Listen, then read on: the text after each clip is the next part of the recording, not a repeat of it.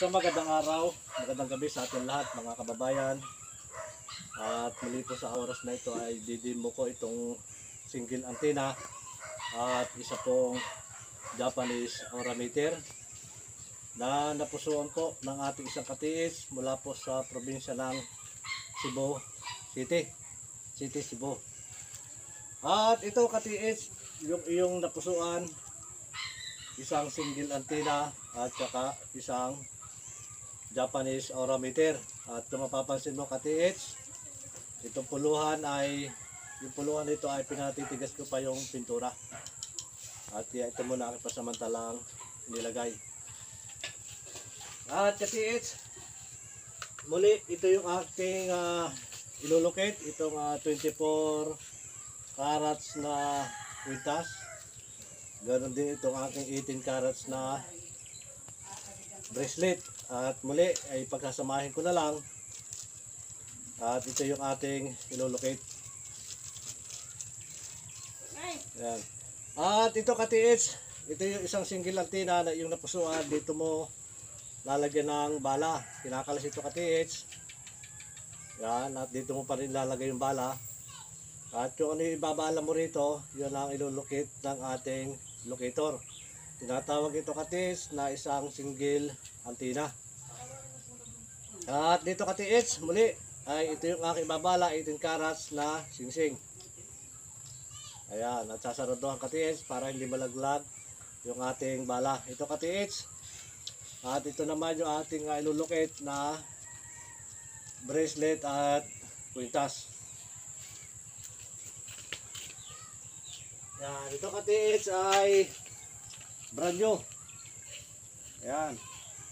At muli, ipapahid pa rin natin sa lupa yung dulo para sa pagpapalakas ng frequency ng ating single antenna. Ayan katiis, at muli, dahan-dahan itataas. Tulad pa rin aking sinasabi, 45 degrees. Ayan. Lumulukit agad siya. 45 degrees mga katiis. Ayan. Malakas yang sumatak. Ayan. Ganun pa rin ito katiis, itong single antenna, ito ay pang long distance. Ayan.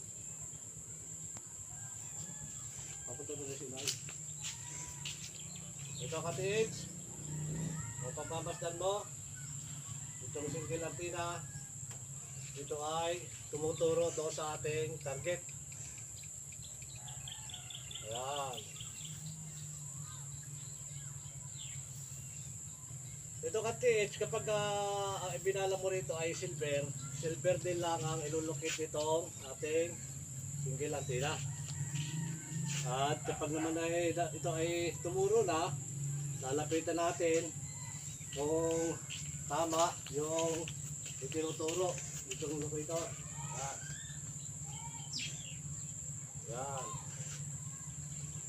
Malakas siya katiis. Ayan.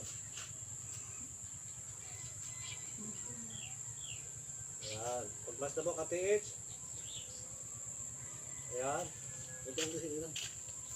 Ito katiis. Ito yung ating single antenna. 45 degrees. Dahan-dahan ang pagtaas at hayaan siyang tumuro. Ayan. Ayan. Ayan.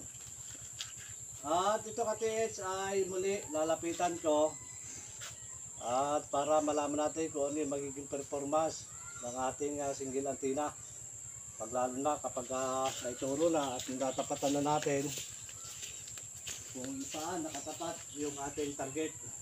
Ayan. At ito katiis ay lalapitan natin itong ating target. Ayan katiis, kapag natapatan kung sana itong ikot na kanya. Yan. Ito natin yung ating target. Yan. Yan na. Yan na katiis. Yung ating target ng bracelet na 24 carats na kwintas at yung bracelet naman na 18 carats. Ito katiis yung napusuang single antenna. Yan. Ito katiits, ang pag-ikot ng ating single antenna. Ito katiits ay muli. Dandahan sa pagtaas. 45 degrees. Yan. Hayaan mo lang siyang gagalaw. At kapag yan naman ay kusang hahatak at tuturo kung nasaan yung ating nilolocate. Dandahan katiits sa paglata 45 degrees. Yan o. Hayaan mo siyang tumuro ng kanya. Yan mga katiits. Kung ito mang video ito ay makakatulong po sa inyo, sa mga bago pa lang nag-aaral, ganito katiis ang gagawin nyo. Ayan. Hindi siya, ayaw niya na umistop sa taas bago siya gumalaw. Kasi habang tinataas natin katiis, yan, gusto na agad niyang bumalik. Ayan, 45 degrees. Yun, huminto naman siya. Yan, ito, 45 degrees. Yan. At muli katiits.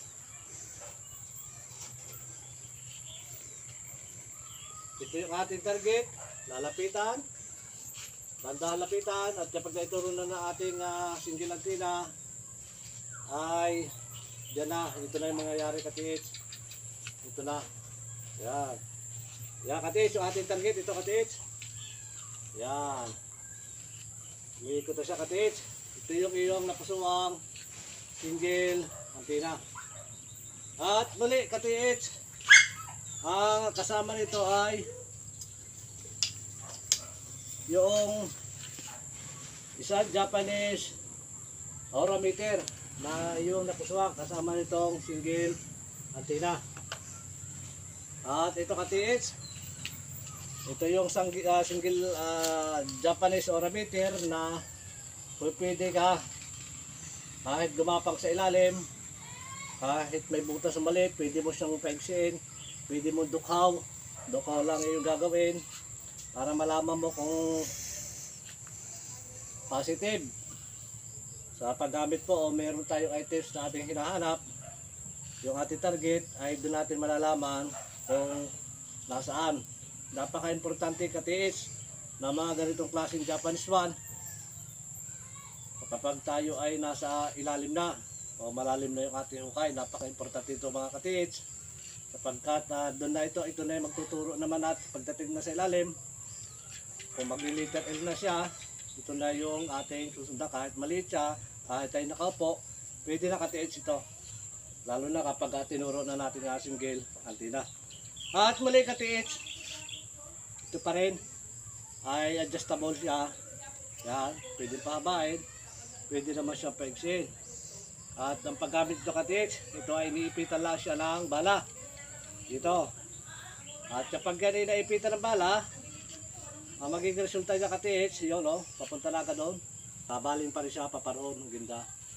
At ito katiits, muli iipitan mo lang siya, lukit niya katiits ay papaganyan. Kapag nandiyan na katiits, ganyan lupit niya. Pero kapag nasa tagliran, ganyan niya katiits. Yan. Ganyan na. Pipisilin mo lang ito na konti. At ito katiits. Muli. Ito yung ating target. Yan. Para yung Japanese naman dito katiits. Yan. Ganyan siya. Yan. Kapag na dito sa side, taglid eh. Taglid. Yan. Yan. Taglid din siya. Kaya kapag natapatan, pag ang dulong ito ay tumapat na doon sa item, ay siya ito sana siyang iikot. Yan. Katiits, kung makapansin mo, iikot na yan. Ito katiits, kapag tumapat na dulo nito, sa items ay kung sana yung iikot. Yan. Yan yung katiits ang mangyayari dito sa ating Japanese aurameter. At pwede nito katiits. Yan. Yan katiits, ang ikot niya. Pwede pahabain. Yan. Pwede pahabain. Kapag natapatan, ay kusa na siyang iikot. Yan. Yan.